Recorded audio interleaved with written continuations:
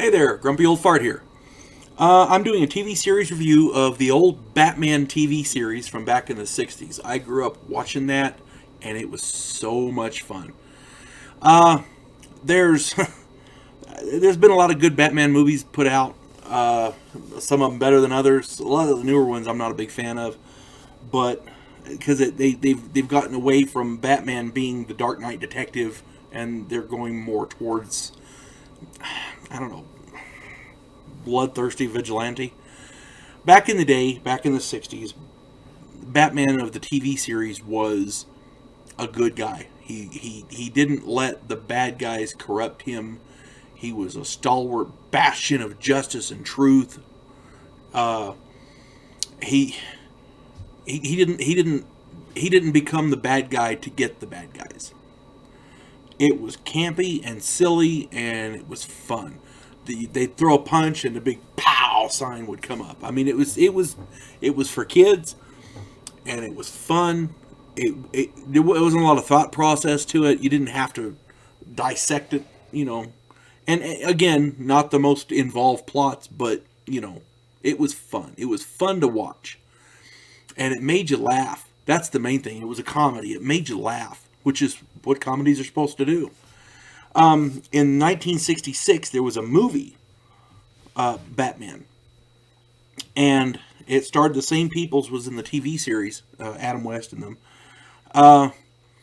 And it was, oh my god, hilarious. It had all the main Batman villains in there, and they were all teamed up, going to go get the Caped Crusader and Robin.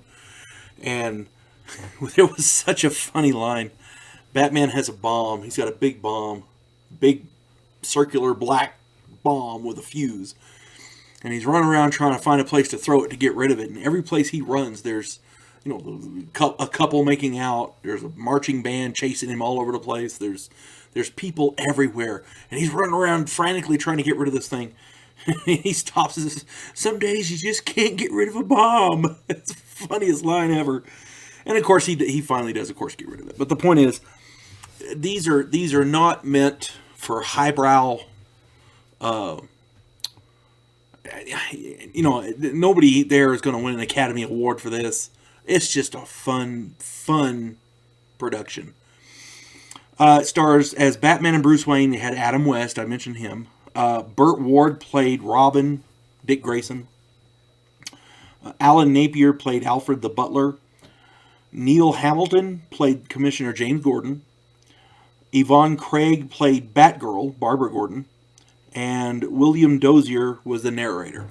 I want to say the police chief O'Hara was played by Stafford Rep, but I'm not sure about that name, so bear with me on that. And as in any production, you have to have a villain. Otherwise, you have to have a villain capable of defeating the hero. Otherwise, the hero is just a bully. If you put Superman against muggers, guess what? The muggers don't have a chance. You see what I'm saying? Now, Batman against muggers, that's a little more fair. You see what I'm saying? Let's listen to this lineup of villains here. As the Joker, Cesar Romero.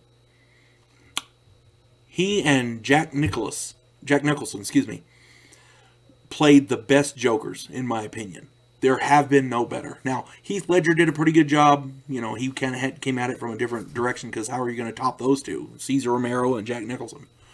You see what I'm saying? But Heath Ledger did a good job. I'm not going to take that away from him. But again, he's up against some serious competition if you're comparing Jokers. The Penguin was played by Burgess Meredith, Academy Award winner. Riddler, played by Frank Gorshin, and then later John Astin. Catwoman.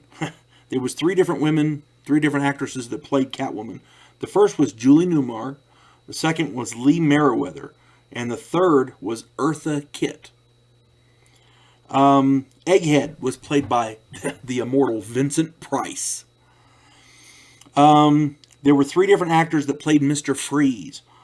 George Sanders, Otto Preminger, and Eli Wallach. Eli Wallach was in The Magnificent Seven, the old Western. The Mad Hatter was played by David Wayne, and Louis the Lilac, played by Milton Berle. They had so many really good actors playing the villains, and this is just I shortened the list, but there's a whole bunch more, and you can't get away. When you have really good acting like that, they'll bring a production up, and these people are funny, so funny.